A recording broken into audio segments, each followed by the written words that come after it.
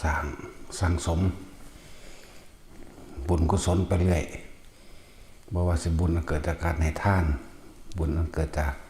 จิตเจตนาในการรักษาศีลบุญเกิดจากการภาวนาบุญอันเกิดจากการชักจูงชักชวนคนอื่นมาทำบุญทำทานมาปฏิบัติธรรมบุญอันเกิดจากการอนุโมทนาสาธุกับคนอื่นที่เขาให้ทานที่เขาทำบุญจุดใดกระสร้างนั่นแหละบุญอันเกิดจากการ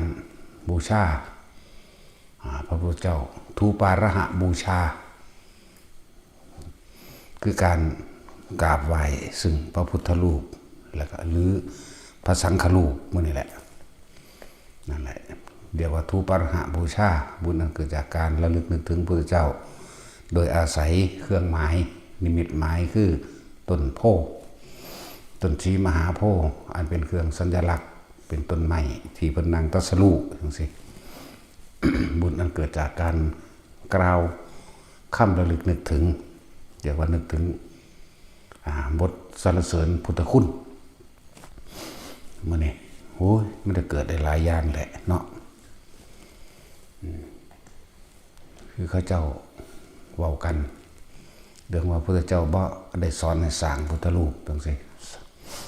สอนให้สร้างเป็นจังซี่บ่บอกนะ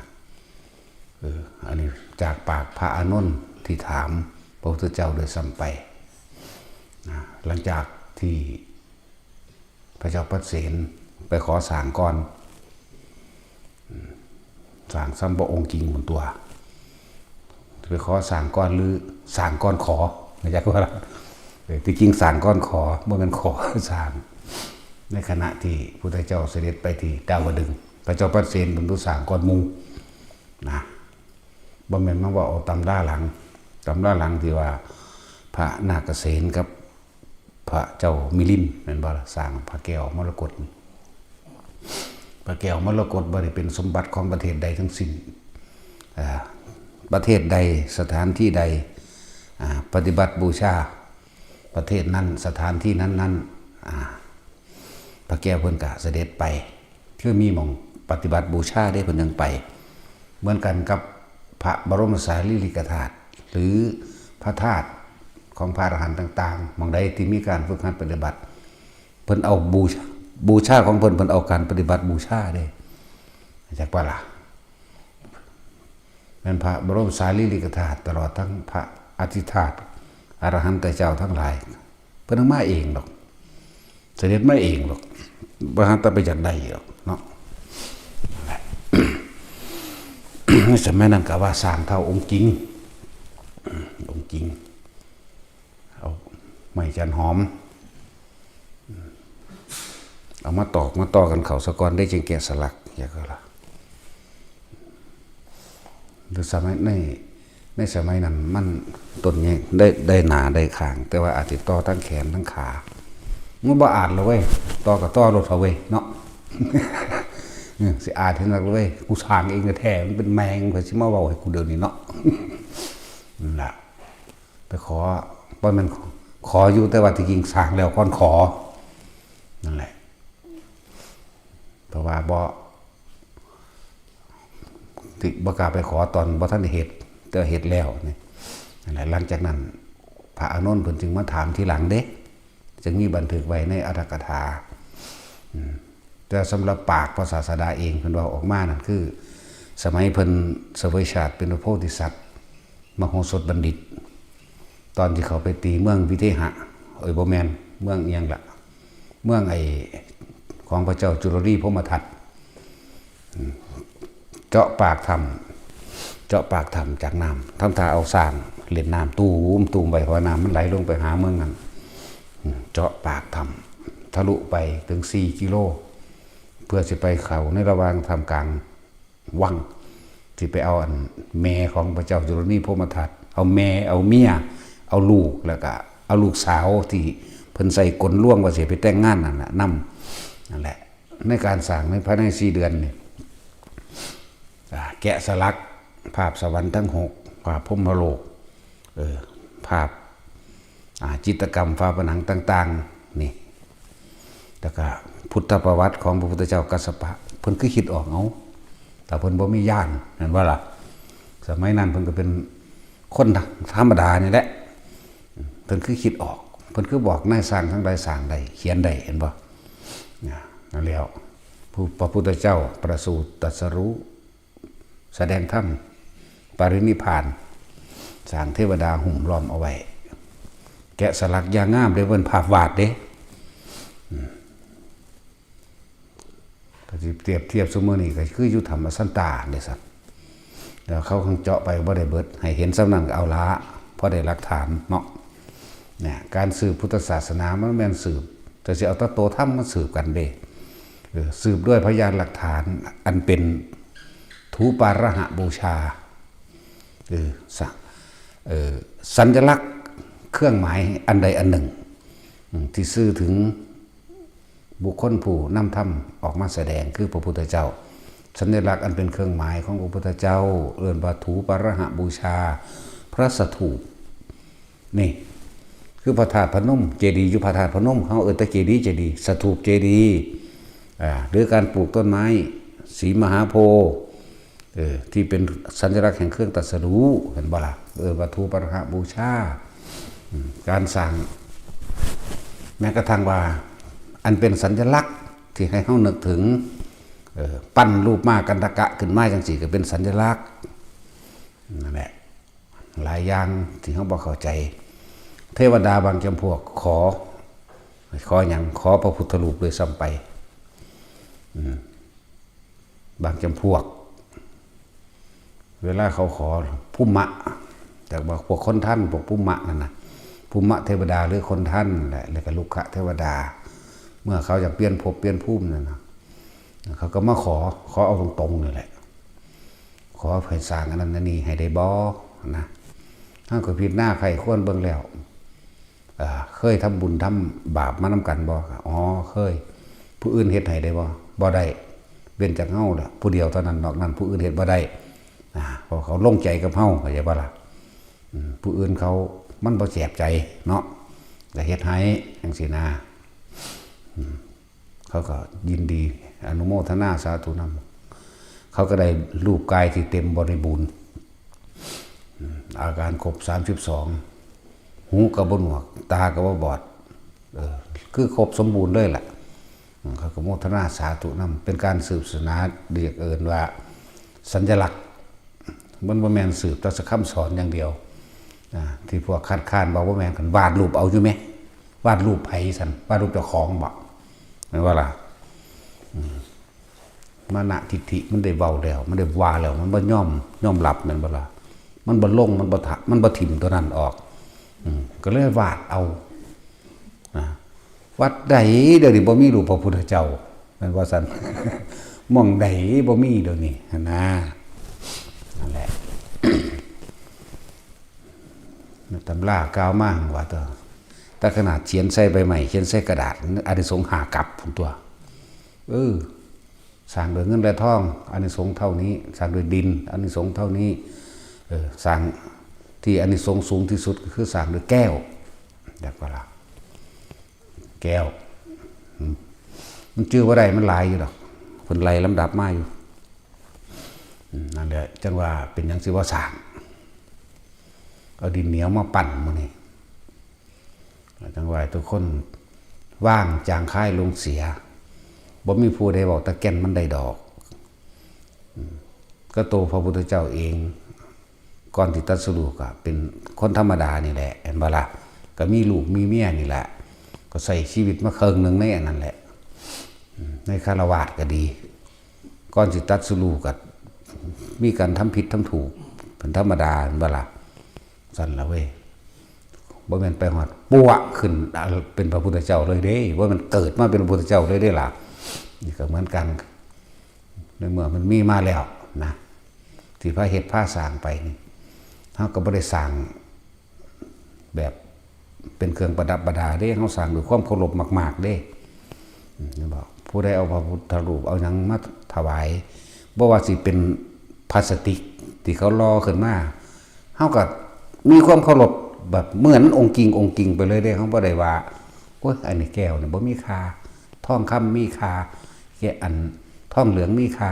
โอ้อันนี้ของเก่าโบราณบ่เกี่ยวกับเก่ากับใหม่เหมือนกันหมดสำหรับเฮาเหมือนกันเบิดบ่ได้เกี่ยวกับรุ่นอีก นั่นเป็นสัญลักษณ์เป็นมหาบุรุษนะเป็นผู้สำคัญเป็นผู้ที่มีคุณสูงสุดของโลกของจักรวาลของในภพทั้งสามบ่มีหยังสิมีค่ายิ่งกว่านั้นถ้าเว้าเรื่องบุคคลดอกมันบ่ล่ะบ่มีหยังสิมีค่าสมพุทธเจ้าดอกสร้างก็บ่แม่นว่าสร้างเป็นเครื่องประดับประดากาดเกลื่อนแล้วก็บ่แม่นว่าเฮาได้เที่ยวสร้างแต่พระพุทธรูปแม่โอ้ยที่สร้างพุทธรูปสร้างไว้เจ้าของเป็นเองโดยตัวซั่นที่ปิดบังแม่มันหยังเนาะสะอ่อนอีหยัง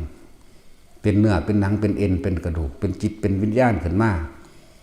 สร้างเพื่อหัวใจของขึ้นมานี่ล่ะมันสิเป็นหยังเงินนั่นล่ะพระพุทธเจ้าเฮาในสมัยเสวยชาติโพธิสัตว์บางชาติเป็นคนทุกข์คนยากเป็นคนเผาทานขายตัวเกิดไม่ในระหว่างปลายสมัยของพระพุทธเจ้าองค์ใดองค์หนึ่งพระพุทธรูปที่หักที่ห่างเนี่ยไผสร้างพระพุทธรูปที่หักที่ห่างที่พังลงมาแล้วนั่นเพิ่นก็ยังไปบูรณะขึ้นเฮ็ดใหม่พยายามสุขขึ้นตั้งขึ้นให้ดีแล้วตรวจสอบเบิ่งแล้วเอาข้อแขนหักปั้นเอาเพราะเป็นสร้างปั้นอยู่ดินเตาเผาทานอยู่แล้วนี่เตาเผาคือเฮาเดี๋ยวนี้แหละจะเอาดินไปปั้นเรียบร้อยก็เผาจนได้เนื้อแล้วก็เอาไปเชื่อมใส่กันจะเอาดินแหละเฮ็ดบ่ล่ะเนี่ยจังซั่นนี่อีกศาสตร์นึงในอีกศาสตร์นึงก็สร้างนิ้วมือนิ้วซี่หักนิ้วซี่นี่ขาดออกก็ไปวัดแล้วก็เอาดินเผานี่อีกศาสตร์นึงก็ว่าเอาดินนั่นแหละไปต่อนิ้วมือนั่นน่ะเฮ็ดให้เสมอกันแล้วก็บูชาไว้สวดนมัตถุพุทธานังนมัตถุโพธิญาณนะโมวิมุตตานังนะโมวิมุตติญาก็คักนี่แล้วทั้งสั้นแล้วก็พระ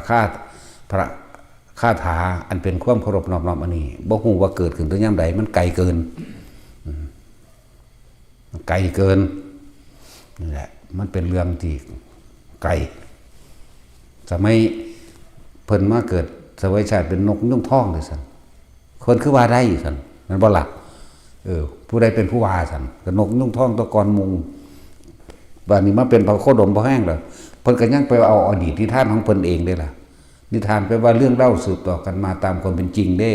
บ่แม่นนิทานแต่งขึ้นเด้เข้าใจบ่ล่ะจังไปเว้าเรื่องว่าในอดีตชาติเราตถาคตเสวยชาติเป็นโพธิสัตว์ในกาลครั้งหนึ่งที่เมืองพาราณสีเนี่ยได้เกิดเป็นนกยุงทองนั่นแต่ทั้งสั้นตัวแล้วเพิ่นก็เล่าย้อนหลังไปอีกก่อนที่เป็นนกยุงทองเป็นอย่างเป็นกษัตริย์อยู่ในเมืองนั้นเป็นผู้ตั้งเมืองพาราณสีนั่นเป็นปูของปูอันพวกในเมืองไปจับนกยุงทองมากินมันตัวนั้นนะเพิ่นน่ะ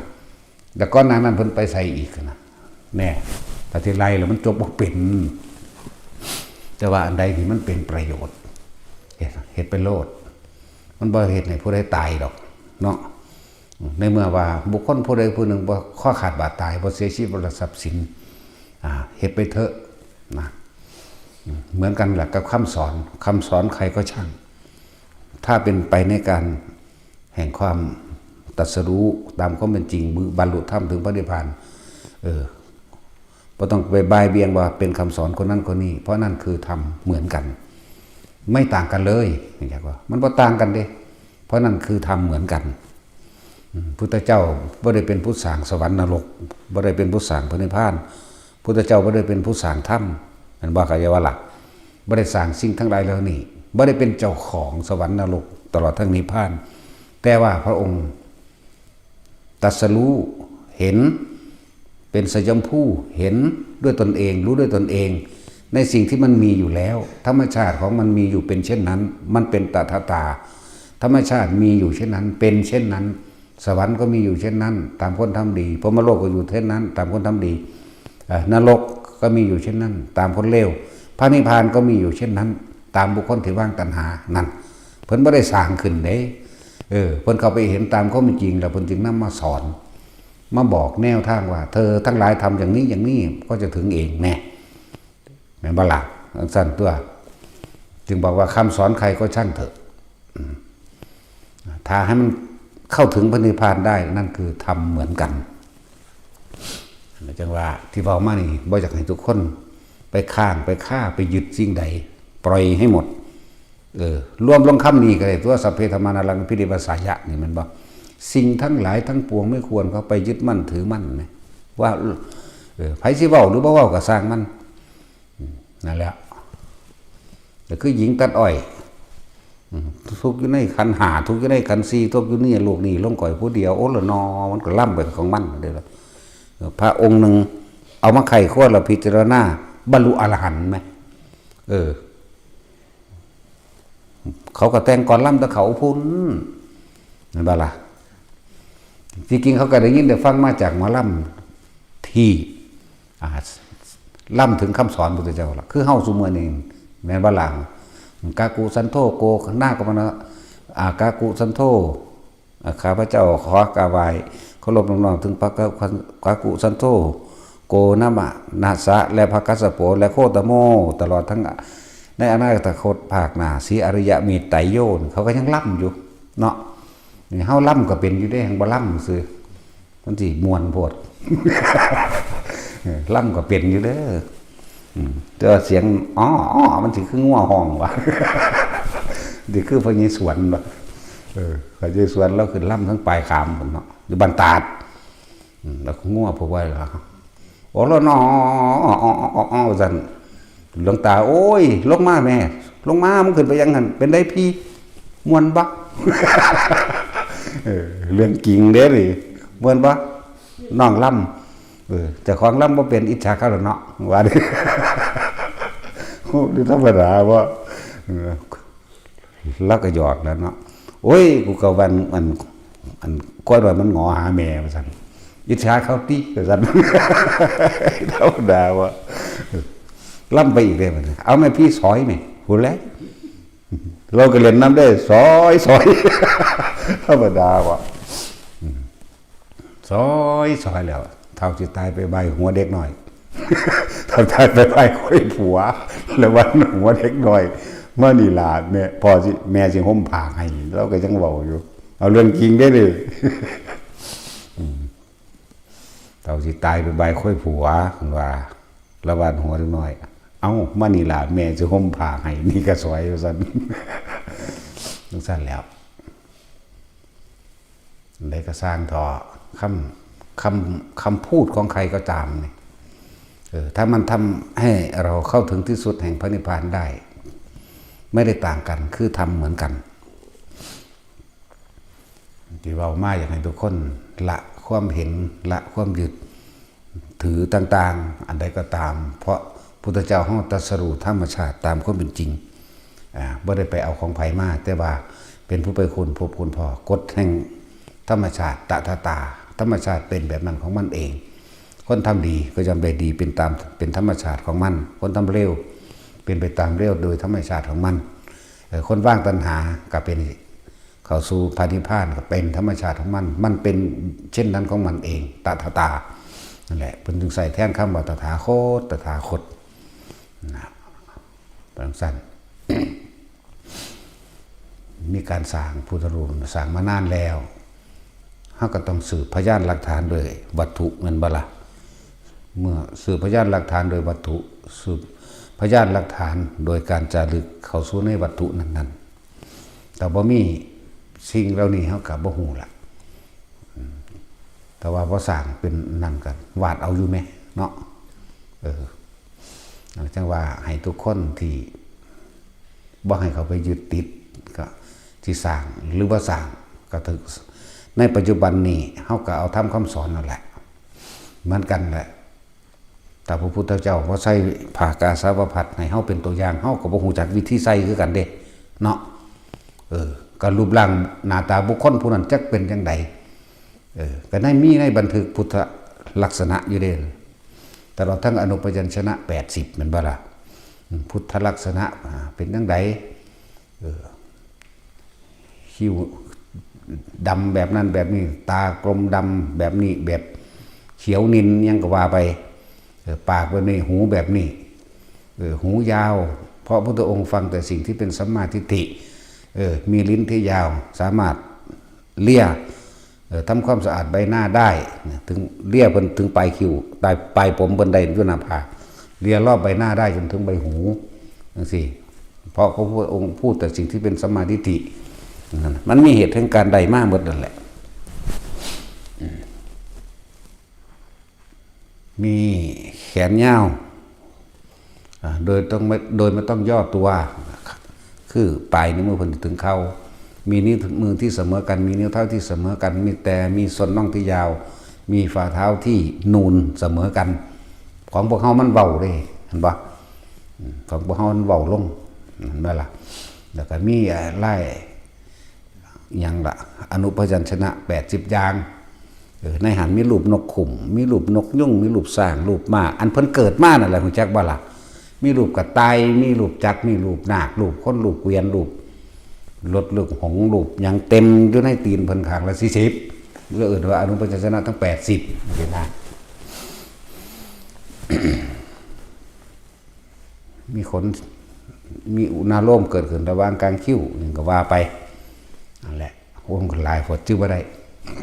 ชื่อว่าได้นั่นแหละสารพุทธรูป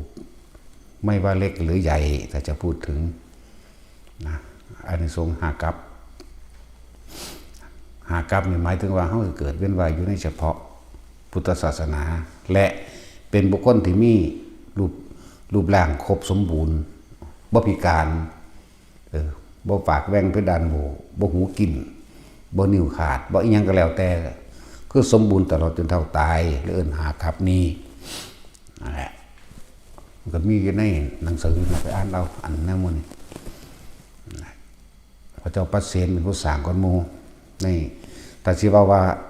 ตอนโมพระอานนท์พระอนุรุทธะโมกษัตริย์ที่มาบวชนั่นเขาเจ้า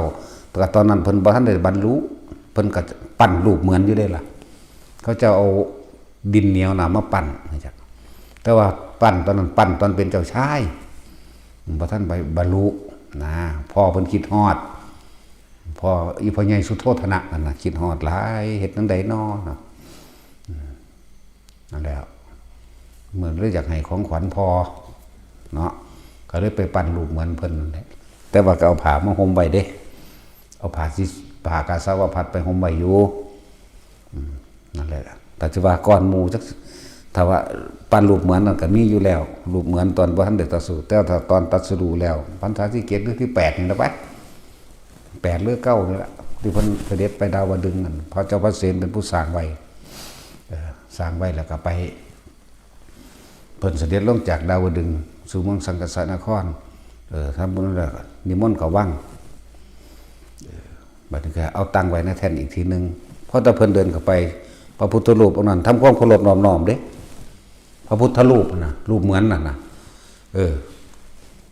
ย่อกายขึ้นแต่ก็ทำความเคารพน้อมๆจะโกมหัวลงพระเจ้าบอกว่าอาวุโสตรงอยู่ที่นั่นแหละไม่ต้องมาทำความเคารพเราตถาคตเพราะต่อในการต่อไปในภายภาคหน้ารูปเหมือนนั่นนะจะเป็นตัวแทนสืบศาสนาแทนเราตถาคตโดยถูปาระหะเข้าใจว่าโดยถูปาระหะบูชาโดยวัตถุเพราะจากนี้ไปตถาคตตายแล้วกับบ่มีผู้ใดรู้ว่ารูปร่างกายนั้น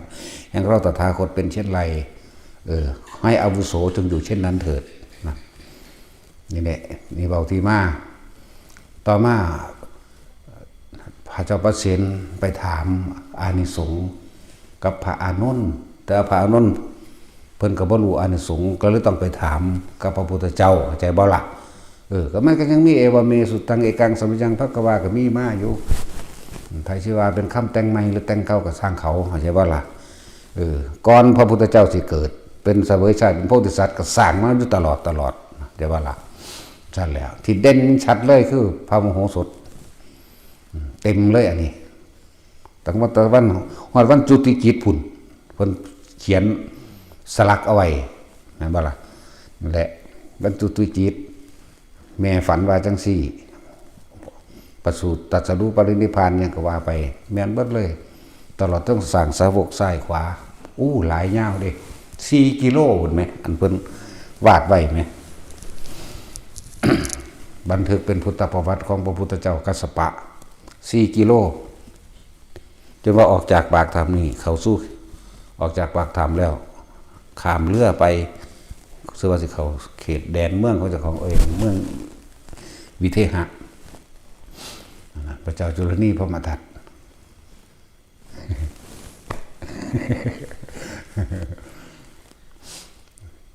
แล้วในสมัยนี่คือชัดเจนดังนั้นกับพวกเขาบ่ค่อยได้อ่านมันก็มีในพระไตรปิฎกทั้งเบิดนั่นแหละมามีศาสตร์ละเล็กละหน่อยอย่างซี่นะบางที่ศาสตร์ที่เพิ่นปั้นนิ้วมือนิ้วสี่นั่นหลังจากนั้นละกะไปเกิดเป็นพระอินทร์อยู่36ครั้ง36ชีวิตแต่ก็จังมาเกิดเป็นเจ้าฟ้ามหากษัตริย์ที่เป็นคือครองราชย์โดยบ่ได้เป็นเมืองขึ้นของไผอีกอยู่ถึงพันศาสตร์เพิ่นเด้เวลาขาดศึกศัตรูเขามาต่อสู้เอานิ้วมือสี่ซื่อๆก็ล่มเลยนะนั่นแหละไปหาอันเอาที่จะบอกไปหาอันเอาไม่มีผู้ใดมันจักคนหรอกจักสิบอกไผบอกเจ้าของนี่แหละบอกเจ้าของนี่แหละไปทบทวนเอาปุ้ยของเขาอ่านแต่อายุ10 บท13 ปีเป็นเน้น13 ปีอ่านแล้วอ่านอีกอ่านแล้วอ่านอีกอ่านพระไตรปิฎกนั่นแหละ13 14 15 16 17 18 19ซึกนั่นแหละ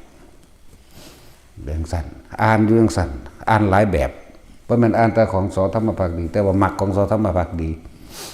แล้วก็มาอ่านของพวกจุฬาอ่านของพวกมกุฏ ก็เลยหูว่าอันนี้ตัดออกอันนี้เพิ่มเขายังก็ว่าไป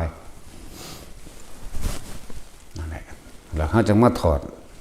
แล้วก็ไปศึกษาของหลวงพ่อพุทธทาสพุทธวจนะที่เป็นเรียกว่าพุทธโคตเฉพาะคำสอนพุทธเจ้าแบบนี้คำสาวกแบบนี้ก็ว่าไปเขาจังหูจักแยกออกมาได้นะนั่นแหละหรือบางครั้งก็ว่าเพิ่นว่า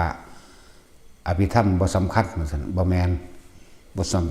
มนุษย์นี่บ่เข้าใจดอกเพราะว่าการเทศอภิธรรม7นั่นบ่ได้เทศอยู่เมืองมนุษย์เทศอยู่เทวดาเทศอยู่ดาวดึงส์แม่เพิ่นอยู่ดุสิตแต่ว่าดาวดึงส์ถ้าสิพูดถึงว่าเป็นเมืองหลวงของเทวดาของไอ้สวรรค์ทั้ง6ชั้นกามาพัชรสวรรค์นี่6ชั้นดาวดึงส์นี่จุฬามณีนี่เป็นศูนย์ร่วมเวลาสิทำบุญทำทานวันพระวันหยังก็แล้วแต่เถิดถ้ามี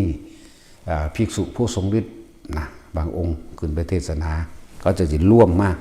มาฟังก็บ่ได้มาทั้งเบิดดอกเพราะมันก็เป็นธรรมดา ผู้เคยทำบุญทำกรรมรวมกันหรือผู้ต้องการสร้างบารมีของต่อไปในข้างบนกับมาฟังเลื่อนคันเป็นสั้นต่อไปก็ได้เอาจากยุดาวดึงส์ขึ้นยามาก็ได้ขึ้นดุสิตก็ได้ขึ้นนิมมาก็ได้หรือขึ้นไปทางพรหมก็ได้แล้วก็หรือบรรลุไปเลยในคุณก็ได้นั่นแหละคือคนเฮาเดี๋ยวนี้แหละคือคนเฮานั่นแหละไม่ได้ต่างกันเพราะกับสัตว์เหมือนกันนั่นแหละแต่ว่าพวกที่ได้สร้างสมแล้วจากเมืองมนุษย์อย่างว่านี่เขาก็เลยต้องเอาสมบัติเก่าของเขาต่อกันพวกบ่มีคำว่าสุตตะนี่มยะปัญญานี่การได้ยินได้ฟังทำให้ก่อเกิดปัญญาถึงแม้ว่าเฮาสิรู้เฮาบ่ทันได้บรรลุตายไปพอดีไปขึ้นสวรรค์ได้มีพระอรหันตเจ้าผู้ทรงฤทธิ์ขึ้นไปแสดงธรรมเฮาก็ไปต่อเฮาได้ขึ้นสั้นต่อไปได้เด้ขึ้นสั้นต่อไปได้บางองค์กับบรรลุเลยแม้นสิอยู่จาตุมก็สร้างบรรลุอรหันต์เลยเพียงกันบ่เลยก็ได้อยู่สั้นใดก็สร้างบรรลุไปเลยก็มีนะแต่ว่าขอให้ทุกคนได้ในขณะนี้ซะก่อนได้ในขณะเป็นมนุษย์เท่านี้แหละ นั่นแหละตอนเพิ่นเทศบทกุศลธรรมาขึ้นซื่อนะว่าบทนี้ เทศ7 วันบรรลุอรหันต์เท่านี้โสดาเท่านี้สกิทาคาเท่านี้เห็นไหมบ้าล่ะบทมหาสติปัฏฐานนี่บรรลุหลายกว่าหมู่นะบรรลุหลายกว่าหมู่พระปุคราบัญญัติเทศอยู่6 วันบรรลุเท่านี้โสดาเท่านี้สกิทาคาเท่านี้อรหันต์เท่านี้สรุปแล้วก็คือหาประมาณไม่ได้เทศอะไรเทศนานที่สุดก็คือมหาสติปัฏฐานนั่นแหละเทศนานที่สุด14 มื้อสินะบรรลุเท่านี้ก็ไล่ไปนั่นแหละว่ามนุษย์เลยบ่ได้เข้าใจปันใดในความละเอียดนี่แต่พระสาวกเพิ่นเลยพ่อได้จดจารึกบันทึกเอาไว้อยู่พ่อได้เป็นเข้าเป็นมุ่นให้ซื่อๆนะบ่แม่นว่าบ่จำเป็นแต่ว่าบ่จำเป็นสิว่ามันยังเหตุปัจจโยอารามณปัจจโยอธิปัจจโยกับบัจจของกันว่าอยู่เนาะตำหนิจักน้อยหังบ่ศูนย์ดอกตำหนิอยู่แต่ว่าตำหนิเพื่อโดยธรรมนั่นแหละทางบ่ได้ศูนย์ดอกต่างฝ่ายต่างสืบมาของไผของมันก็สืบกันบ่เต็มทั้งเบิดดอกแม่นบ่ล่ะคำว่าสืบนี่คือหมายถึงสืบศาสนาสืบแนวทางของพุทธะสืบศาสนาพุทธสืบแนวทางสืบวิชาสืบความรู้พระสาวกก็ยังเป็นผู้เลิศคนละอย่างแม่นบ่ล่ะบ่ซั่นสิว่าเอตทัคคะบ่เอตทัคคะเลิศคนละอย่างกันพระบางองค์ก็เลิศทั้งการทรงฌานพระบางองค์ก็เลิศทั้งการเข้าฌานพระบางอื่นก็เลิศคือจังทั้งฤทธิ์ทั้งเดชทั้งปัญญาพระกังขาเรวตะนี่เลิศทั้งการทรงฌานเด้แต่ว่าเป็นที่น่ารำคาญของเพิ่นคักอยู่เด้ เกิดยังขึ้นแลนทำอีกแลนทำแล้วแลนทำอีกเป็นตะรำคาญคืออย่างเนาะแต่ว่าเขาก็ได้ความรู้น้ำเพิ่นนี่แหละนี่เป็นความรู้น้ำเพิ่นถามพระพุทธเจ้าให้อันนี้เฮ็ดจังใดนี่เป็นจังใดมันก็เป็นสั้นเงินงักแม่นอีหยังแลนไปถามเองล่ะโอ้ยตีมันคือคนหัวลุกมันยังโอ้ยคุณตะกายตี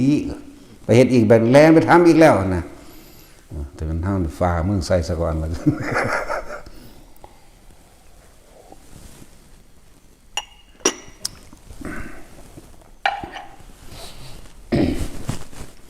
นี่พูดถึงว่าให้ทุกคนว่าง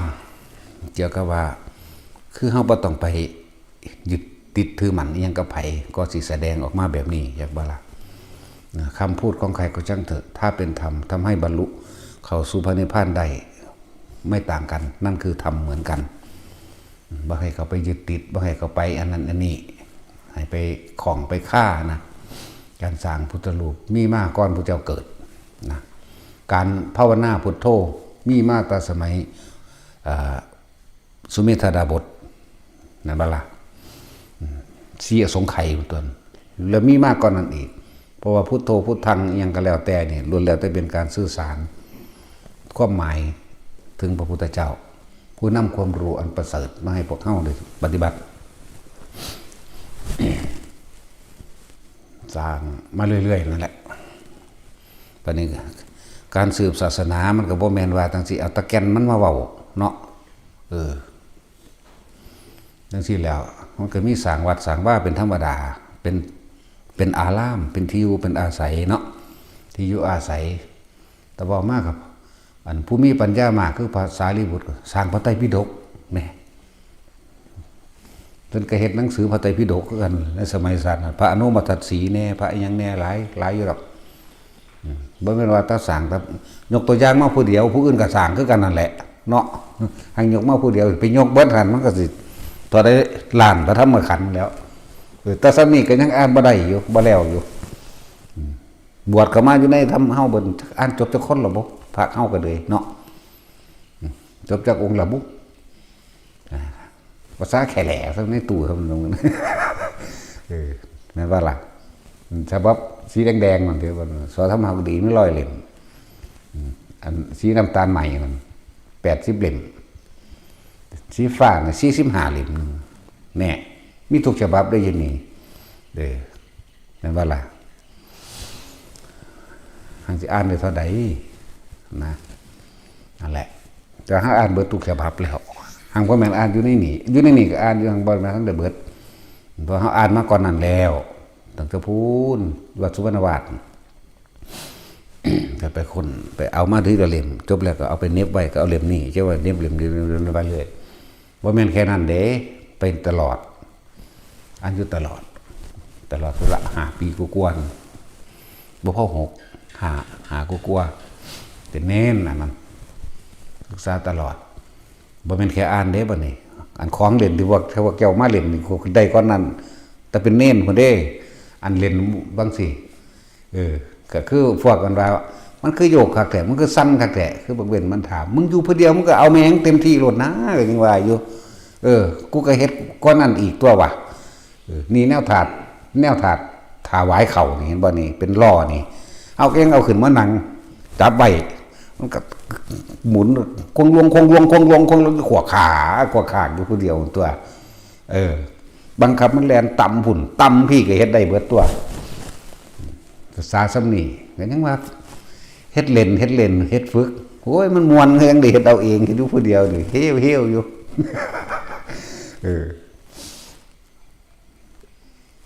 ตะกี้มันบ่ค่อยมีกระเบื้องแบบนี้หรอกนี่ตะเทปูนมันเป็นปูนมันบ่เป็นร่องแบบนี้เด้มองเฮาเฮ็ดนั่นน่ะมันเป็นปูนก็คือนั่งดีๆแล้วเอาบัดนี้หมุนแล้วบัดนี้กวงหมุนตำพุ่นตำพี่บ่จับไว้มันสิตกอยากบ่ล่ะบัดเต้นก็เต้นได้สิบอกให้เต้นตักไป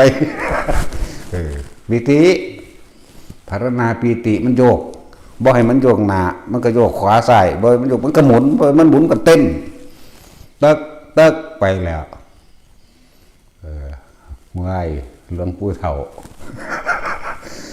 มันก็สิดังแห้งตัวผมกลางคืนเนาะห้องขึ้นสุดเสียงโอ้ยจังไดมึงสิหนีจากกูได้หีแม่งเอ้ยห้องอยู่ห้องใส่ซื่อๆเด้ตั้งอย่างนี้สิความเห็นว่าเป็นคือเขาแล้วธรรมดาบ่นั่นแหละเฮ็ดเล่นเฮ็ดไปโลดเวลามันลอยมันก็ลอยไปของมันนั่นแหละอุ้ยมันบ่แม่นเฮ็ด2 มื้อ 3 มื้อสิเป็นเนาะมันก็เฮ็ดมาโดนก็ดอนเฮ็ดฝึกไปฝึกมามันมีแนวเล่นเว้ยก็เล่นอันนี้แล้วเล่นโยกเล่นสั้นเล่นซ้ายเล่นหมุนเล่นไปแล้วจนว่ามันลอยไปพุ่นละไปนั่นแหละ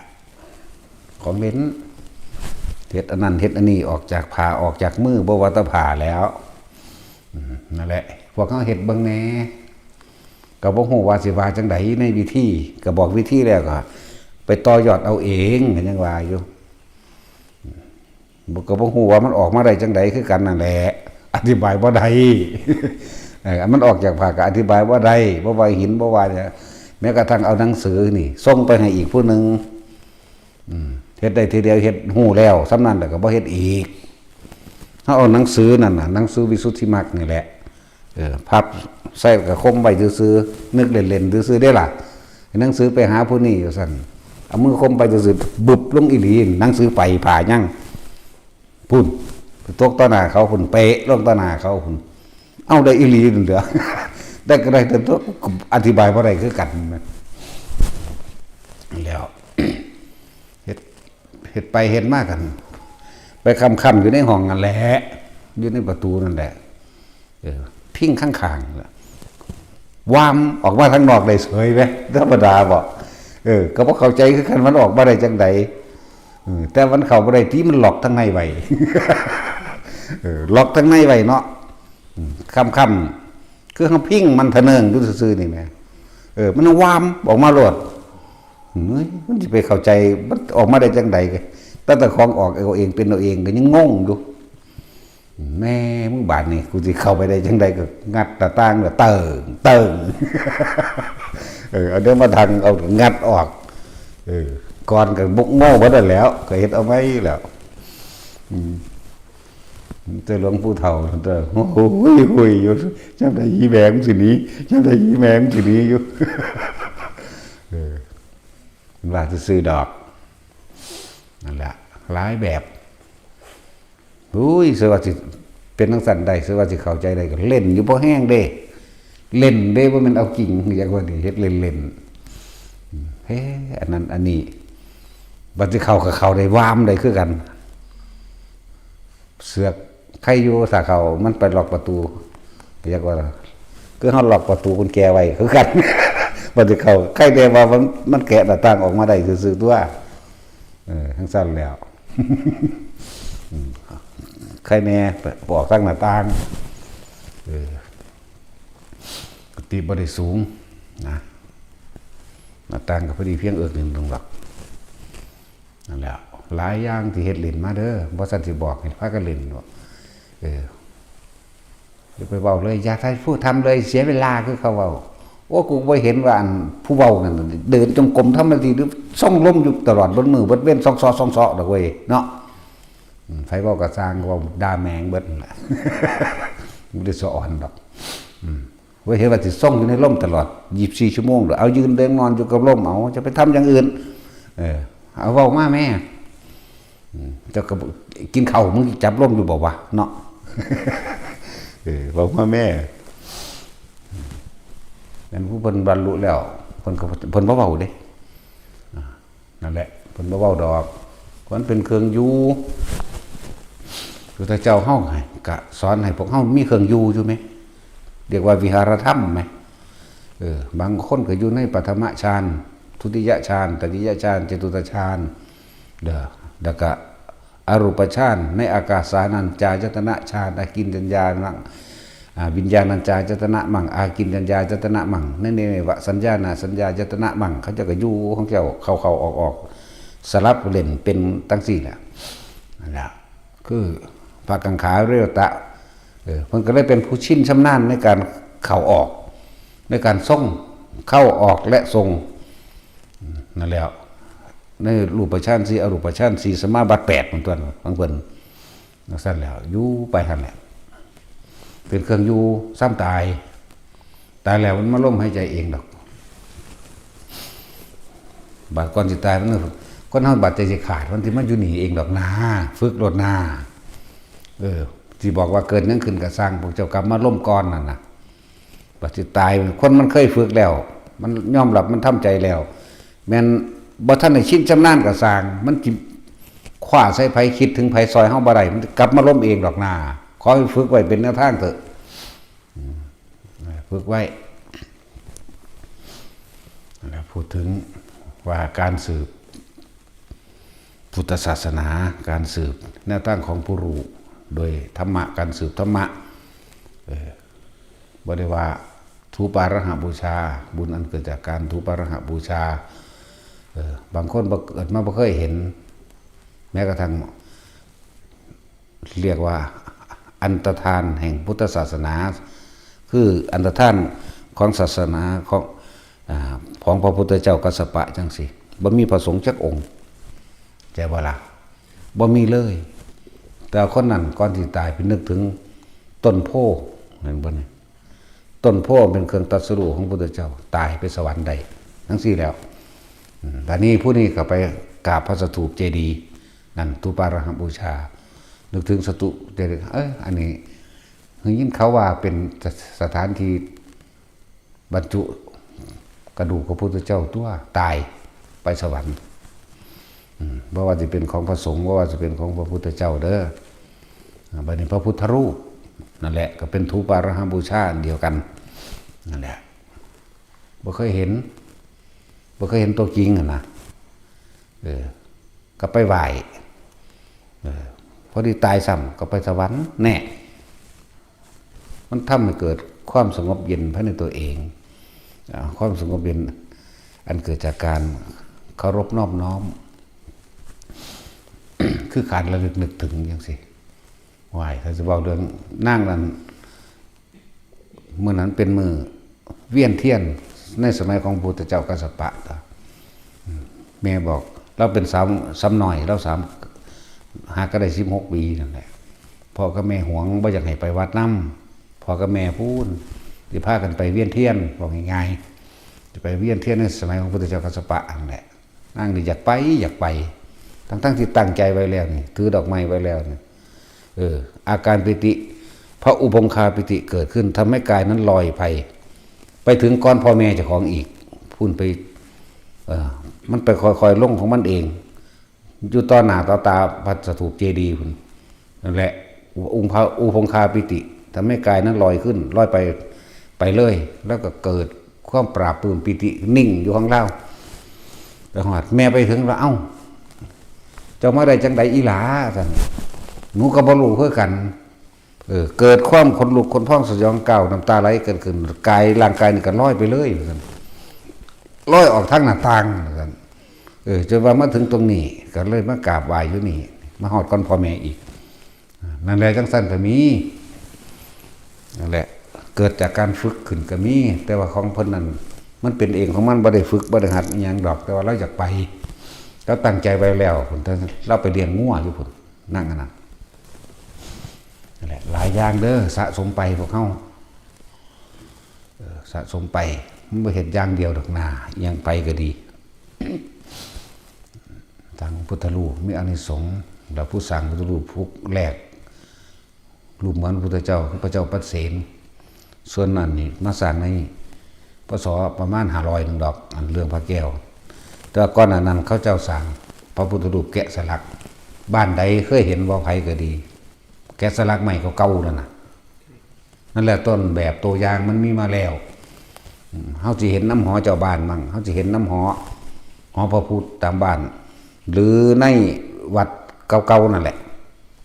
ที่เขาเจ้าแกะสลักรูปไม้นั่นนะเขาเจ้าแกะบ่งามดอกหูยาวๆตึงๆหัวกะปุ่มกะปั๊มยังก็ว่าไปกะฝีมือบ่ดีบ่งามก็สร้างดอกแต่พี่มองมันงามคือใจสิตอนเฮ็ดปอกๆขึ้นนั่นน่ะตอนจิตใจสิระลึกถึงคุณของเพิ่นหรือบุคคลผู้นำผู้ทำออกมาสิพี่ได้มองมันได้บุญบางพี่ได้ปอกๆแต่ว่าอาศัยวัตถุนั้นเป็นเครื่องสื่อสารถึงคือเขาเอาดอกไม้ไปบูชานั่นแหละคือบ่หามเนี่ยสันเนาะเพิ่นก็บ่กินดอกไม้ก็เลยคือเขาเอานำหอมไปสิทธิ์ใส่องค์พระธาตุเจดีย์หรือไปอาบสงน้ำพระนี่พวกเขาพากันเฮ็ดอยู่เดี๋ยวนี้นั่นว่าล่ะน้ำหอมนั่นเพิ่นก็บ่เอาไปท่าคือกันนั่นแหละมันบ่ดมดอก เป็นเครื่องสื่อสารถึงพี่ตัวสำคัญคือตัวใจของพี่ตัวความคิดของพี่เฮาเฮ็ดได้ซ้ำนั่นในเทศกาลนั่นบ่แม่นสิถือเอาแต่ทำแบบนิพพานนั่นบ่ล่ะก่อนหน้านั้นเจ้าของก็บ่รู้ตัวบ่มีผู้ใดรู้มันจะเกิดดอกนั่นพูดถึงว่า ทางเฮาก็บ่แม่นสร้างแบบเป็นเครื่องประดับเฮาบ่แม่นโดยบ่มีเหตุนะมีดอกจังสร้างแต่ขอมากก็สร้างให้เนาะเป็นจังซั่นอย่างชำระหนี้สงฆ์จังซี่แล้วก็มองได้ก็สร้างที่เฮาสร้างธรณีสงฆ์ถ้าบ่มีแผ่นดินก็บ่มีหยังตั้งอยู่ได้เห็นบ่ล่ะแล้วเพิ่นเอิ้นว่าวิหารทานกันร่วมแล้วบ่ว่าเจ้าสิทานหยังมากก็สร้างเพิ่นถ้าสิเว้าเรื่องทานตั้งแต่สัตว์เดรัจฉานเกิดเป็นคนมีอยู่มีกินถึง100ศาสตร์ตั้งแต่ไปให้เดรัจฉานมีอานิสงส์100ให้คนบ่ดีมีอานิสงส์1,000ให้คนดีมีศีลมีอานิสงส์10,000เห็นป่ะให้คนทรงฌานมีอานิสงส์100,000 โกฏให้โสดามีอานิสงส์ประมาณไม่ได้100,000 โกฏก็มันสิประมาณได้อยู่บ่ดอกนี่คนทรงฌานก็เลยถ้าสิเปรียบเทียบในสมัยตะกี้ว่าฤาษีขี้ไผทั้งหลายผู้มันได้ฌานนั่นว่าล่ะนั่นแหละให้พระโสดาสกิทาคานาคาจนถึงอรหันต์ถึงพระพุทธเจ้าแม้น100 ครั้งก็สู้สังฆทานครั้งเดียวไม่ได้ก็ว่าอีกได้บัดนี้อ้าวบัดนี้สังฆทาน100 ครั้งก็สู้วิหารทานครั้งเดียวไม่ได้มันเป็นจังได๋ซั่นก็เลยว่าถ้าบ่มีแผ่นดินอยู่มันก็บ่มีอีหยังเป็นที่รองรับใดนั่นแหละที่นี่เฮาสร้างแผ่นดินแล้วเฮาก็สร้างคนนำตัวเนาะสร้างคนตัวบัดนี้คือเฮาสร้างวัดนี่เฮาก็ต้องได้แผ่นดินก่อนเด้เฮาจังมาอยู่ได้เนาะนะครับได้แผ่นดินนี้ไว้แล้วนี่เป็นธรณีแห่งหมู่สงฆ์ไว้เป็นประโยชน์แห่งคนส่วนรวมแล้วเฮาก็ต้องเอาพระพุทธรูปมาไว้เป็นสัญลักษณ์ว่านี่แผ่นดินนี้สถานที่นี้วัดนี้พระสงฆ์นี้เกิดขึ้นเพราะมีพระพุทธเจ้าเห็นบ่นั่นแหละจังว่าบ่แม่นโดยอำนาจบารมีบารมีอย่างเฮาดอกสถานที่แห่งนี้เกิดขึ้นได้เพราะว่าพระพุทธเจ้า วัดใดเลยบ่มีพระพุทธรูปแต่ว่าบ่มีอีหลีมันก็ยังวาดเอาอยู่ไหมเนาะมีคือเก่านั่นแหละบ่จะมาปฏิเสธหลายทิ่มซะออกซะตัวนั้นยอมรับมันแล้วก็ทิ่มไปซะบ่เห็นว่าสิมีประโยชน์อีหยังในการไปขัดไปขวางไปข้างไปฆ่ามันบ่ล่ะนั่นแหละว่าบางพวกหังว่าสร้างพุทธรูปเป็นบาปเท่าแม่ดินตัวแสดงว่าพระเจ้าแผ่นดินนี่เป็นบาปอย่างหนักเพิ่นมีเงินหลายมันสร้างได้หลายเนาะคือบ่กล้าว่าผู้แล้วโอ้นั่นก็ว่าไว้กษัตริย์องค์ใดบ่สร้างตัวนี้ในพุทธศาสนานี่เห็นบ่ล่ะแสดงว่าพระเจ้าอโศกบาปหลายคือกันเนาะมันสร้าง 84,000 หมดเลยว่าธรรมดาเด้โอ้คือสิให้ละบาปหลายแท้นั่นแหละพวกบ่เห็นจริงก็เป็นซั่นจังว่าจะไปคัดค้านเด้อผู้ใดสร้างเกี่ยวกับสิ่งเหล่านี้เฮากราบพระพุทธรูปนี่เฮาบ่ได้กราบตรงที่ว่าเป็นหินเป็นทรายเป็นภาพวาดดอกเฮาบ่ได้กราบกระดาษลายเส้นนั่นนี่เฮากราบธรรมะ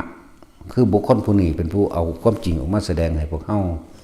ได้เกิดดวงตาเห็นธรรมได้เห็นความจริงได้เดินตามบ่ล่ะบ่ได้ว่าตรงนั้นเด้อตั้งแต่ภาพพ่อแม่เจ้าของหังมีคุณแต่เจ้าของผู้เดียวเอาเจาะนึงตัวแม่นบ่ซั่นอันนี้คุณแสนโกรธจักรวาลพุ่นแม่มันเป็นหนังสิกราบบ่ได้ตัวนี้เนาะสำหรับพวกที่ไปว่าแต่พ่อกับแม่เจ้าของก็ยังกราบอยู่พวกบ่กราบพ่อแม่เลี้ยวกว่าสัตว์เดรัจฉานกันแล้วกันนามันบ่ล่ะซั่นแล้วภาพพ่อแม่ก็ยังกระดูกพ่อแม่ก็ยังเอามาไว้เนาะมันเหมือนพระอรหันต์ได้ล่ะอรหันต์ของพวกเจ้าเองของเฉพาะบุคคลเองมันบ่ล่ะมันเปรียบเทียบนะบ่เป็นพระอรหันต์ของโลกของ3โลกธาตุด้วยล่ะมันเปรียบเทียบเป็นคนเฮาเคารพนับถือพ่อแม่เพราะว่าอนันตริยกรรมเกิดขึ้นได้ฆ่าพ่อฆ่าแม่ก็เป็นอนันตกรรมได้ฆ่าพระอรหันต์ก็เป็นอนันตริยกรรมแม่นบ่ล่ะเขาเจ้าได้เทียบมาแบบนั้นเป็นอรหันต์ของลูกไผลูกมันพ่อไผแม่มันบ่แม่นของโลก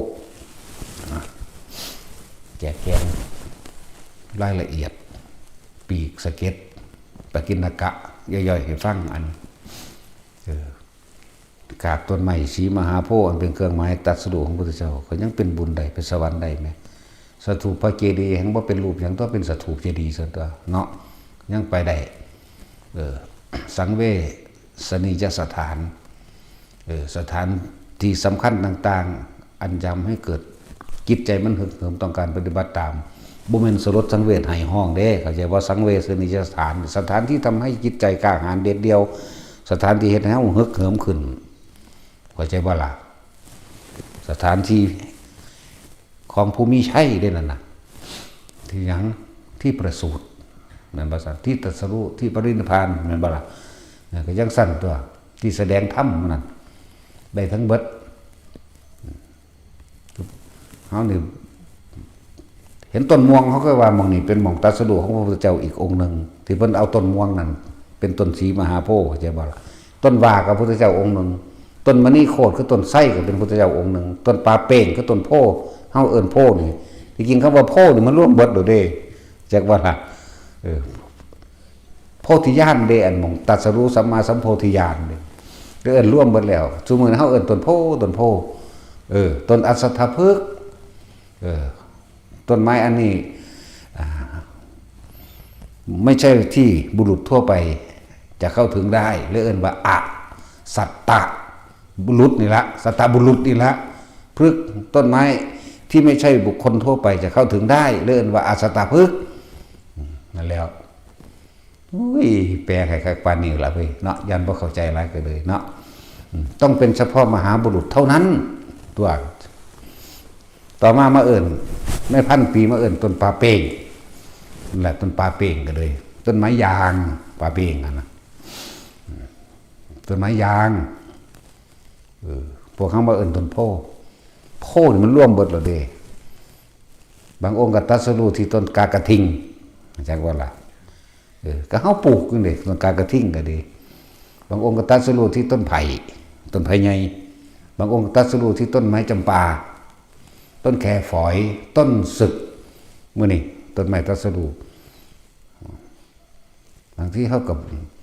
ถ้าเขายกมือไหวต้นไม้ต้นใดต้นก็เสียว่ากูเป็นบ้าวะบ้ากับบ้าตัวเนาะกูบ้าพระพุทธเจ้าไหม มันบ่แม่นธรรมดาเด้จากบ่สัญญามันเกิดขึ้นนิมิตโดยสัญญามันเกิดขึ้นเห็นพระพุทธเจ้าองค์นั้นนั่งอยู่ในต้นไม้ต้นนั้นพระอนุมัติสีกากระทิ่งบอกจังซี่นะพระพุทธโคดมเฮากระต้นปลาเป้งบอกจังซี่นะนั่นแล้ว พระปทุมจังซี่ต้นกากระทิ่งเป็นจังซี่อีกนึงต้นไผ่ใหญ่มั่งต้นลกฟ้านี่ก็มีเห็นบ่ล่ะต้นแคฝอยต้นลกฟ้าต้นช้างหนาวมื้อนี้ต้นศึกไผ่ใหญ่ต้นมะม่วงต้นประดู่นี่เรียกว่าต้นโพทั้งเบิดก็แค่ว่านี่พวกเฮาเอิ้นว่าโพเฮาแต่เฮาเข้าใจว่าอันนี้คือต้นโพเด้อันที่พวกเฮาเห็นซุมื้อนี่ตั้งแต่มันแยกเริ่มก็บ่ผิดดอกเพราะว่าโพธิญาณต้นไม้ที่สำเร็จสัมมาสัมโพธิญาณอย่างกระสร้างพวกเข้าไปทำความดีอันใดก็ตามโมทนาเบิดฟังดอนน้อมเข้ามาสู่ตนตัวเองติดขัดมองใดก็แก้ไขตนเองตรงที่นั่นคนเฮาเป็นธรรมดาที่บ่เคยทำผิดบ่มีเนาะความผิดนี่ไผก็บ่ต้องการแม่นบ่ล่ะบ่มีไผต้องการแต่ว่าผิดแล้วก็แก้ไขตนเองนะให้โอกาส2 ครั้ง สำหรับเฮาหมายถึงสถานที่เฮาเนี่ยให้โอกาส2 ครั้งครั้งที่3ไม่มีแต่ถ้าให้โอกาสดูหลายมันเกิดกลายเป็นสันดานไม่ดีจะเอาไว้ทำไมก็จะว่าล่ะให้โอกาส2 ครั้งในความทำผิดครั้งที่3ไม่มีนะไล่หนีจังซี่แหละไล่หนีเพราะว่าความรักความเมตตาเด้บ่แม่นไล่หนีเพราะรังเกียจเด้เนาะถ้ามึงอยู่โดนมึงสิบาปหลายเรียกบ่ที่เฮาไล่หนีก็เหมือนกับด่านั่นแหละแม้ว่าพวกแก้วด่าพวกแก้วศูนย์ได้จังด่าเนาะตาดูนตาแดงขึ้นเหมือนบ่ซั่นเฮาบ่ได้ศูนย์บ่ได้ตาดูนตาแดงแต่ว่าด่าแมงแล้วลูกเขาอีแตกหมาเลยบ่ได้ศูนย์เพิ่มขึ้นคือพวกแก้วเด้พวกเราสูญขึ้นจนสั้นได้จังดาแบบนี้เนาะเฮานี่เป็นธรรมชาติมันหนาดากับดาแมงก็ได้นั่นแหละหลายอย่างที่นำมาเว้าให้ฟังเรียกปกิณกะธรรมสัพเพเหระจังซั่นล่ะเนี่ยพวกเจ้าบ่เคยได้ยินได้ฟังเนาะแต่พวกเจ้าได้ยินได้ฟังกันสมัยสุบสิบอิจฉากันตั้งเป็นหมู่เป็นโกกันเนาะแล้วจังบอกแล้วถ้าผู้ใดสิเว้าพื้นกันอยากว่าคนไม่นินทาผู้อื่นไม่มีในโลกเด้อบ่แม่นนัตถินินทาอนันทิโตคนไม่นินทาผู้อื่นไม่มีในโลกเด้ก็จะว่านี่บ่แม่นว่าคนไม่ถูกนินทาไม่มีในโลกอุ้ยบอกมันจะของดีหลายเถาะเนาะว่าคือจะของดีนี่เห็นว่าคนไม่นินทาผู้อื่นไม่มีในโลกหรอกโดยเฉพาะกูนี่แหละให้ว่าจังซี่บาดนี้เด้อนัตถินินทาอนันทิโตคนไม่นินทาผู้อื่นกูไม่นินทาผู้อื่นไม่มีบางที่กูไม่เคยนินทาไม่มีเลยกูนินทาตลอดโลดจังสั่นเถอะคือพวกเฮาอยู่ในกันนี่อยู่น้ำกันให้ฮักกันจะแตกแยกสามัคคีกันหากผู้ใดผู้หนึ่งชักสูงชักส่วนกันนินท่าผู้นั้นผู้นี้ในคณะในหมู่คณะนี่เขาจะว่านี่เศร้าอย่าเว้าเจ้ามาหยังแต่ว่าเจ้ามาหยังเจ้ามาจับผิดผู้นั้นบอกจับถือผู้นี้บอกด้อยค่าคนนั้นให้ค่าคนนี้บอกอะไรจังว่าถามตัวเองเด้อผู้ใดเว้าพื้นกันนั่นเอาไปมาเนี่ยอย่าหูเด้มันบอกว่าจังได้เกาะเด้นั่นเริ่มแตกแล้วเด้เขาจะบ้านนี่คนผู้เดียวเว้าอยู่ในกลุ่ม4 คนเนี่ยเว้าพื้นผู้นี้ให้ฟังแล้วก็เว้าพื้นผู้นี้เว้าพื้นผู้นี้เว้ากลับไปกลับมาเอาไปมามันเว้าพื้นทุกคนมันนินทาเบิดทุกคนเลยคนที่ถูกนินทาใน4 คนมาผิดกันเองได้บัดนี้จังสั้นแล้วอย่างไรจังว่าย้ำเตือนไว้เสมอ ต้องทุกคนต้องสามัคคีกันเตือนกันเวลาพวกเราสิจับผิดนินทากันปุ๊บนี่เศร้าอย่าเว้าถามตัวเองเด้อหลวงพ่อว่าเจ้ามาหยังมึงมาหยังหลวงพ่อว่ามึงมาหยังเด้พวกเจ้าเว้ากันเองว่าเจ้ามาหยังใครว่าล่ะจะมาจับผิดเพิ่นบ่หรือจับถูกเพิ่นบ่จะมาให้ค่าคนนั้นคนนี้หรือจะมาด้อยค่าคนนั้นคนนี้บ่เนี่ยแต่ว่าหาค่าตัวเองบ่ได้เลยเนาะตัวเองบ่ได้มีค่าได้จึงไปให้ค่าแต่ผู้อื่นแม่นบ่นั่นแล้วมันมีมาเรื่อยๆดอกแนววันนี้เขาก็ปราบมาเรื่อยๆล่ะ บอกครั้งที่หนึ่งให้ไปแก้ตัวบอกครั้งที่สองให้ไปแก้ตัวครั้งที่สามไปซะจากที่นี่อเปหิไล่ออกขับออกเพราะสงสารแต่ว่าล่ะมันสิยุย่งเป็นสังฆเพศผมเรียกว่าธรรมดาเด้สังฆเพศน้อยๆเด้เฮ็ดให้หมู่คณะในพวกเดียวกันแตกแยกความสามัคคีเป็นสังฆเพศน้อยๆอยากว่าได้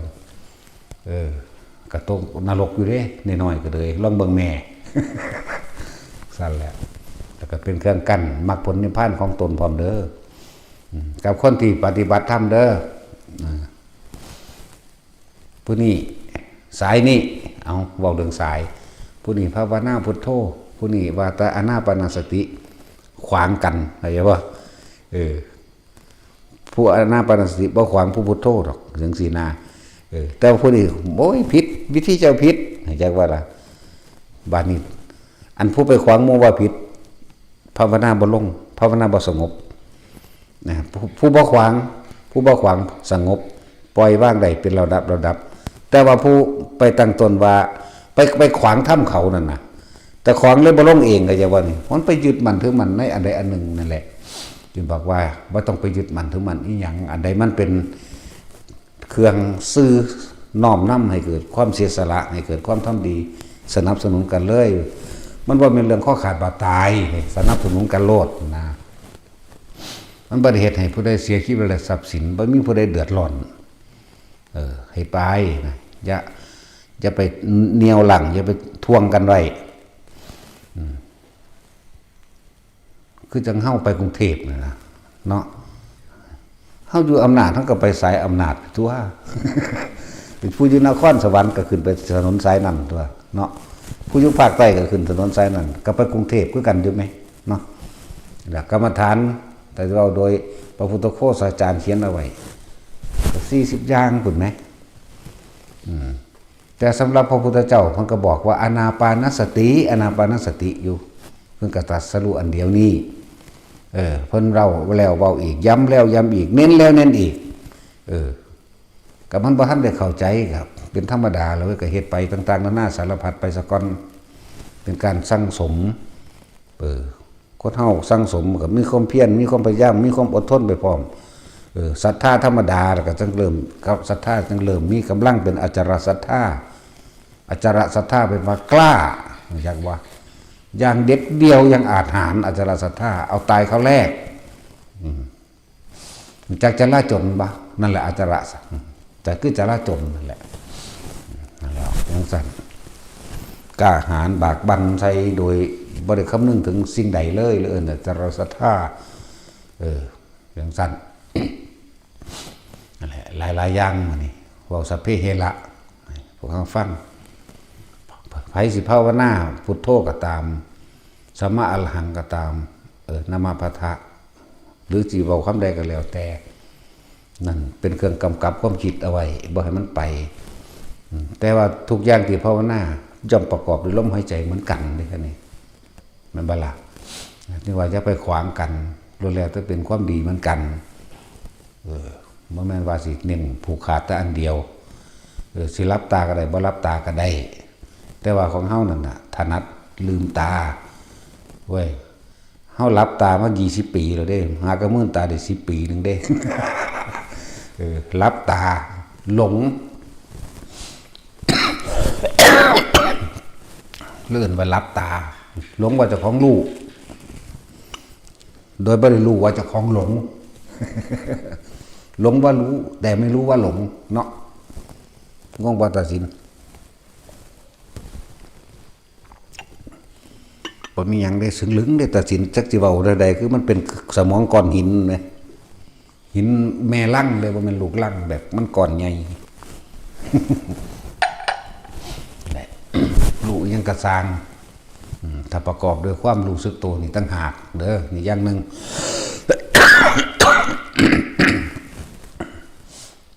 พวกเขาเฮ็ดไป พวกหลายๆอย่างให้ฟังพวกสิน้อมเขามา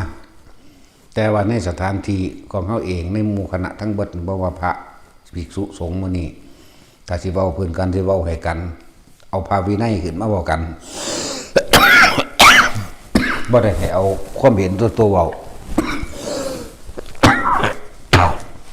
พวกเขาอยู่ได้เพราะว่าหยัง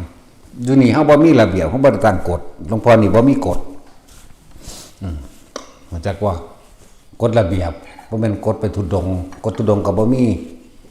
เพราะว่าเขาขอไปเบิดแล้วผู้ละสิ้นผู้ละอันสีกเอาโอ้ยจังมันจะเอาไปหาแหมมหยังเนาะมันว่ากูขังอะไรบ่ขังทั้งใดไปบิณฑบาตเหยียบก้อนหินซะกูก็โยกลงอยู่ มันเจ็บอยากว่าล่ะ มันสีปันกันเบิดล่ะจะสิไปยังเผาถิ่มแมงหล่นทั้งแล้ว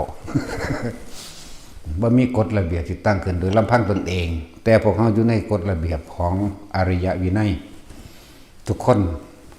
บวชเข้ามาปุ๊บก็แจกให้โลดบ่ให้แต่หลวงปู่ไหวแล้วอ่านบ่ได้ให้หมู่บอกเอาเข้าใจว่าล่ะหลวงปู่ไหวนั่นน่ะแล้วอ่านหนังสือบ่ออก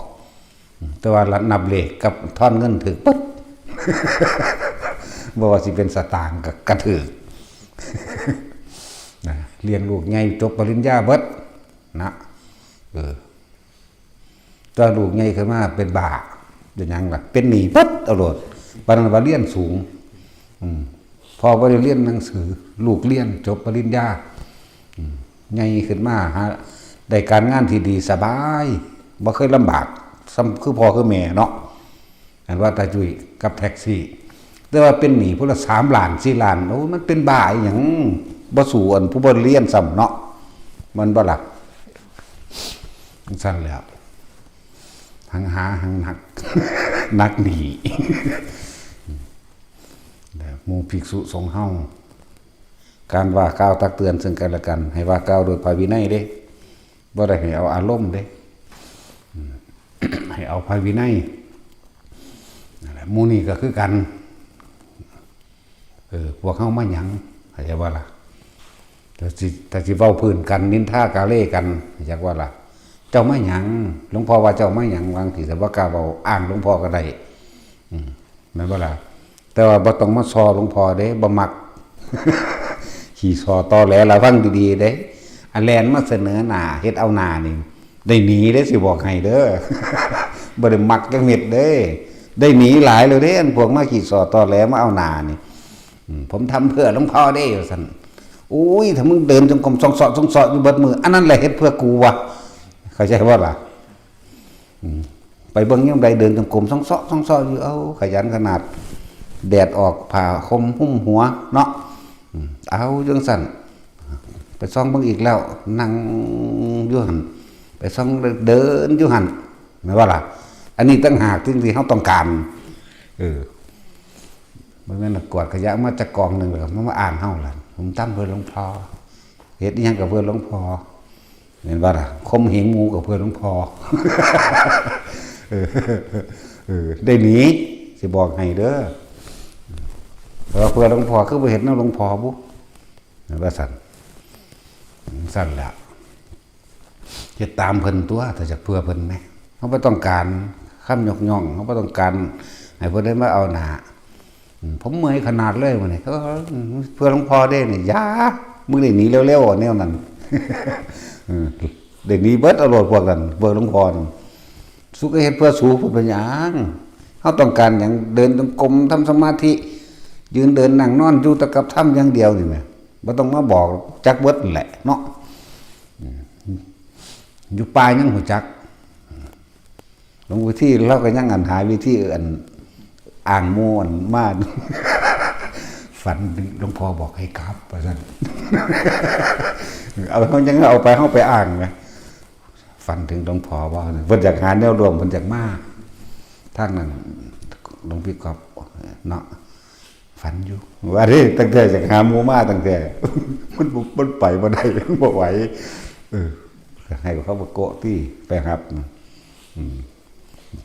มันสั้นแล้วอีกพวกหนึ่งมันดำสักวันเด้ฝันหรือบ่ฝันก็บ่ปากบ่ปากจังซั่นแต่เขาจังอ่างได้อ่างอยากมาบ่ไปอ่างแนวอื่นบ่ไหวไปบ่ได้ขาแข็งโอ้ยถ้าหน้าร้อนหนักกว่านี้อีกคนละแบบอันนี้มันหน้าหนาวขนาดเดินตุดงหน้าหนาวเนาะมันก็จังเป็นจังซี่หน้าร้อนอีกแบบนึงได้บัดนี้โอ้ยพี่คือสิตับออกทั้งในนี่คือสิเปื่อยออกตัวทั้งในร้อนบัดนี้เพิ่นจังสิพากันถอดผ้าได้บัดนี้เขาจะว่าเพิ่นร้อนผิดถ้าผู้ใดคิดแบบนั้นเด้อเอาแต่เพิ่นเอาผ้ามามัดใส่แอวเดี๋ยวเพิ่นนึงตะอังสะตากแดดไปผิดเด้อนั่นแล้วทั้งคุ้มเลยตัวร้อนทั้งคุ้มตัวมันสิเย็นเข้ามาทั้งในเองของมันดอกนั่นแล้วหน้าร้อนให้แบบนั้นหน้าหนาวก็เหมือนกันก็ให้ห่มเหมือนกันจังซั่นกินน้ำหน่อยๆเอาตัวจิบเอาตัวเพราะสันขามก็ต้นกระตึมปานถุงยางใส่น้ำบ่ได้ขายบ่ธรรมดาเด้โอ้ยมันเคยเป็นมาก่อนถึงบอกเป็นทุกคนว่าแม่นว่าบ่เป็นนั่นแหล้วพอเพิ่นหิวน้ำที่น้ำเย็นเพิ่นสิสแตกบักหลายๆได้เอือกคือเขาได้วันที่แรกมันพากันแบกน้ำอยู่ได้มันแบกเนาะเฮ็ดไปมันหนักนี่โยนถิ่มไปเรื่อยนี่ธรรมดาบ่หน้าร้อนก็จังนึงหน้าหนาวก็จังนึงนะเพราะคนมักหน้าหนาวบัดนี้ย่างก็สบายพอดีย่างบ่หยุดอยู่แล้ว หน้าร้อนก็แต่เฮาปรับได้แล้วนั่นร้อนหรือหนาวบ่อาจสามารถเฮ็ดอันตรายเฮาได้ดอกร้อนหรือหนาวไม่อาจสามารถทำอันตรายเราได้ดอกเข้าใจว่าล่ะเฮ็ดหยังเฮาได้บ่มีอิทธิพลหยังกับเฮาหน้าร้อนเฮาคุ้มผ้าซั่นตัวจังบ่ล่ะคุ้มผ้าคุ้มไรนี่ตอนแรกมันร้อนอยู่เดี๋ยวก็ปรับของมันเองเข้าใจว่าล่ะนั่นแหละตั้งหากบางพวกบ่เข้าใจเพิ่นเอาผ้ามันพันใส่แอวนี่หรือว่าเพิ่นเอายัดใส่นั่นหรือเพิ่นใส่ตะอังสะมันอยู่ในป่าดิซั่นเนาะได้บ่แม่นเข้าบ้านแต่เข้าบ้านให้คุ้มไรเข้าบ้านเป็นกิจการต่างๆให้คุ้มไรหลายอย่างก็ดอกไปบ่รอดเพิ่นอ้างว่าหลวงฝันเห็นหลวงพ่อแสดงว่าหลวงพ่อให้กลับเพิ่นว่าแต่มันไปบ่รอดบ่ไปอีกดอกว่าได้บัดนี้บ่ไปก็บ่ไปก็บอกตอนที่แรกแล้วตัวว่าบ่ต้องไปดอกบ่ให้ไปผมอยากไปเด้อซั่นคุ้มขออยากไปเด้ว่าต้องไปดอกอยู่นี่แหละซั่นอยากไปหาประสบการณ์นำเขาว่าเด้เดือนเดียวโอ้ยขี้หิบขี้กากเพิ่นก็ชวนกันมาที่เพิ่นจะถามแล้วก็ผู้บักกอบครูบักกอบนะฝันเห็นหลวงพ่อว่าแต่อยากหาแนวรวมจากมาเพราะได้อ่างแต่ว่าผู้เดียวก็บ่ได้เสียหนาต้องหาแนวรวมตัวไปแล้วยังซีบ่ยังงั้นแม็กเจมเนาะไปพวกนั้นจักหน่อยมันสิฝันเห็นหลวงพ่อบ่หั่นล่ะถ้าฝันเห็นหลวงพ่อเดี๋ยวบักโกมึงไปหาเขาเด้ฝันเห็นหลวงพ่อได้ยากบักโกโลดบักโกไปครับปุ่นมุกดาหารสกลปุ่นนั่นแหละหาประสบการณ์ไปคือว่านั่นแหละดีอยู่ดอกก็ได้ไปเห็นครูบาอาจารย์หลายองค์พากันขึ้นไปหากราบหลวงพ่อคันชิดเพิ่นจังซี่หลวงพ่อคันชิดจากกันอยู่ดอกนะวัดดอยต้องมาเจดีตั้งนานนั่นแหละตั้งนานแล้วละเพิ่นสิชื่อเฮาได้บ่รู้แล้วเนาะนั่นก็บ่จื้อดอก แต่ว่าแต่เห็นจังจื้อดิจังจำเด้แต่บ่เห็นกันแล้วไปเลยแต่ก็เว้าถึงอยู่แต่ว่าผู้ใดอยู่ทั้งพุ่นทั้งมุกดาหารผู้ไม่ห้าวผู้ไม่หวกหรอกเนาะ ผู้ไม่ห้าวซื้อเพิ่นซื้ออัดนั้น ก็แวะเข้าไปฝึกหัดปฏิบัติน้ำเพิ่นนั่นแหละแล้วพระดีองค์หนึ่งก็เลยบ่ดีแต่เฮานี่แหละด่าแต่คนเนาะเอาสมาทาน